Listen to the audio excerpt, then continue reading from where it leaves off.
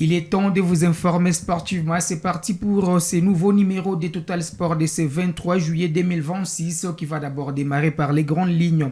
Fini les suspenses. Deux internationaux congolais ont officiellement signé après plusieurs jours de rumeurs. Après la dernière Coupe du Monde avec les Léopards, la RDC, Dylan Bantou Bissika a trouvé un point de chute après la fin de son contrat. Enquête d'une relance après sa disparition dans la tanière des Léopards de la RDC.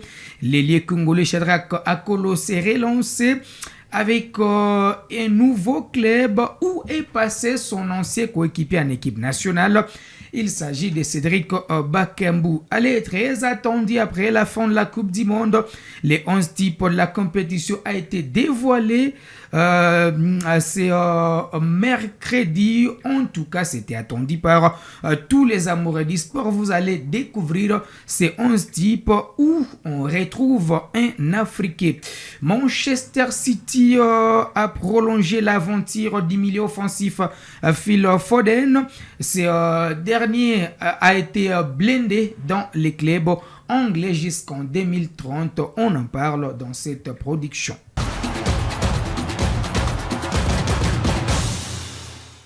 Allez, on va commencer avec les informations des internationaux congolais. Vous le savez, tout au long de cette semaine, on a évoqué des rumeurs avec des clubs qui sont intéressés, qui sont séduits par les talents des internationaux congolais. Cette fois, c'est officiel. Nous avons deux signatures depuis ce mercredi. On l'a d'ailleurs annoncé dans notre production. Le défenseur central congolais Dylan Bantou Bissika s'est officiellement engagé avec les Steaua Bucarest, passionnaire de la première division roumaine. Formé au Paris Saint-Germain, le défenseur de 30 ans a signé son premier contrat professionnel, vous le savez, au Royal Antwerp en Belgique en 2017. Il a ensuite évolué au FC Famalicão au Portugal, au Maccabi Haïfa en Israël, à l'AS Saint-Etienne en France, puis à l'AL Limassol avant de rejoindre la Roumanie. Avec ces transferts, Dylan Bantou Bissika découvrira les 6e pays et les 6e championnats de sa carrière. Lors de son passage dans son dernier club, l'international congolais a disputé 16 rencontres libres de tout contrat. Il s'est engagé avec la formation des Steaua Bucarest où il figure déjà sur la liste des joueurs qualifiés pour le deuxième tour préliminaire de l'IFA Conference League. Si la durée de son contrat n'a pas été dévoilée par les clubs roumains, ce nouveau défi lui permettra de découvrir un nouveau championnat ainsi qu'une nouvelle culture. Reste désormais à savoir si ces changements de destination lui permettra de retrouver une place plus importante en sélection. C'est d'ailleurs la question que je vais évoquer avec Deos dans cette production. Deos, d'abord, bonjour. Bonjour à vous, monsieur Ben, et bonjour à toutes les personnes qui sont avec nous. Dylan Bantou Bissika s'en va plutôt en Roumanie. Est-ce qu'une façon de dire au revoir à la sélection, comme je l'ai d'ailleurs annoncé dans notre production d'hier? Bon, c'est encore trop tôt pour traiter ce sujet parce que la signature elle est déjà officielle. Et on attend que la nouvelle saison démarre parce qu'en regardant cette équipe dans laquelle Dylan Bantou Bissika s'est engagé avec, c'est une formation qui a l'habitude de participer dans de grandes compétitions européennes. Ouais, c'est un club qui joue les premiers pas au pays. Ouais, seulement s'il pourrait être le patron à son poste. Et je lui vois encore revenir côté RDC, mais seulement si il peut s'envoler là-bas et sans faire quelque chose dans sa carrière encore, je dirais que ça sera cette phrase qui va primer. Au revoir pour Dylan Bantou Bissika. À l'international congolais depuis 2023, Dylan Bantou Bissika compte 16 sélections, un but marqué avec les Léopards. Il faisait partie du groupe retenu pour la phase finale de la Coupe du Monde 2026, mais n'a disputé aucune minute avec les Léopards de la RDC dans cette compétition. D'ailleurs, sa sélection a fait couler beaucoup d'encre et salive. Beaucoup de Congolais pensaient que les choix de Dylan Bantou Bissika n'étaient pas judicieux. Mais il faut le dire, c'est parmi les défenseurs préférés par Sébastien Desabre. On va parler d'un autre Congolais. Après une aventure au Vietnam où il a inscrit 4 buts en championnat au cours de la saison écoulée, l'ailier congolais Shadrack Ababa Akolo change de club et de pays tout en restant sur les continents asiatiques. Le natif de Kinshasa a annoncé ce mercredi 22 juillet sur ses réseaux sociaux son engagement avec les clubs chinois de Beijing Guan. À 31 ans, l'international congolais découvrira ainsi la chinoise Super League sous les couleurs d'un club où a déjà évolué son compatriote et ancien coéquipier en équipe nationale Cédric Bakambu. Formé en République démocratique du Congo, Shadrack Akolo a fait ses débuts certainement au pays avec l'FC Corbeau avant de rejoindre l'Europe pour poursuivre sa progression. Il a d'abord joué avec l'FC Bex, puis l'FC Sion où il a signé son premier contrat professionnel et évolué entre 2014 et 2017. Son parcours l'a ensuite conduit notamment au Stuttgart international congolais depuis 2017. Il totalise 26 sélections pour seulement début marqué avec les Léopards. On parle de Shadrack Akolo.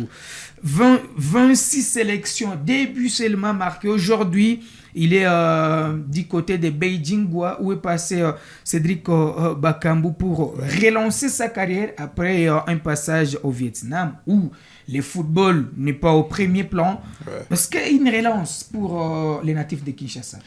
Je dirais que c'est toujours un faux pas pour Shadrack Akolo malgré le changement du cap. L'ancien Léopard, une fois quitté l'Europe, c'était le début de sa carrière fanée. Aujourd'hui, la Chine, côté sport du football, ça ne donne pas de l'inspiration. Et moi, je pense que la seule chose qui inspire Shadrack Akolo à l'heure actuelle, ce n'est pas sa carrière footballistique, mais c'est de l'argent qu'il cherche maintenant dans sa carrière. Et voir un joueur qui évolue en Chine, je ne vois pas un Sébastien Desabre convoquer un joueur qui évolue en Chine parce que la nation chinoise n'est pas réputée en matière du football professionnel. Allez, quel souvenir gardez-vous de Shadrack Akolo en équipe nationale? Ça me fera plaisir de vous lire en commentaire ou encore de Dylan Bantubisika qui aujourd'hui signe officiellement du côté de la Roumanie. Mbemba Chancel, le capitaine de la sélection nationale, n'a toujours pas de club et nous sommes dans une période de mercato où l'incertitude plane sur l'avenir de certains joueurs, dont le capitaine de l'équipe nationale, Chancel Mbemba, qui est arrivé à la fin de son contrat avec le club français. Il a repoussé une première proposition d'un club promis en première division du côté de la Turquie. Croyez-vous que Chancel Mbemba trouveront un club de son niveau, un club de son capitana? Ça me fera plaisir également de vous lire en commentaire. On va enchaîner avec cette information après la fin de la Coupe du Monde conclue le 19 juillet dernier par les Sacres de l'Espagne face à l'Argentine. La Fédération internationale de football a dévoilé sur ses réseaux sociaux ce mercredi son 11 types de la compétition.